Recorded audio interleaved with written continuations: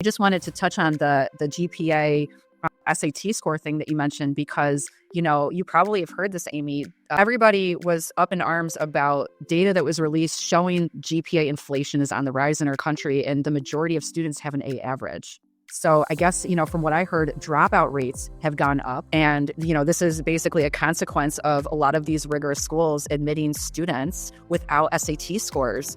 And it hurts their rankings because if their dropout rates go up, their graduation rates go down. So when a college is looking at an application and the student doesn't submit an SAT and only submits the GPA, it's riskier for them to admit the student because they have less of a picture of, can they handle the academic rigor at our institution? Yes, and I would add to that, and while there is definitely notes that it can be an unbiased test towards lower income, middle income, certain races, you have to trust the colleges understand that. So I'm not expecting, again, that student from this first generation from a rural school to be getting a 1600. Right. And you submit an SAT, though, that I kind of have a benchmark at my school. My benchmark might be, let's say, 1200. So they're submitting a 1220 versus not at all. And they're at a school where we have no history at my institution of how well students have done at my particular institution.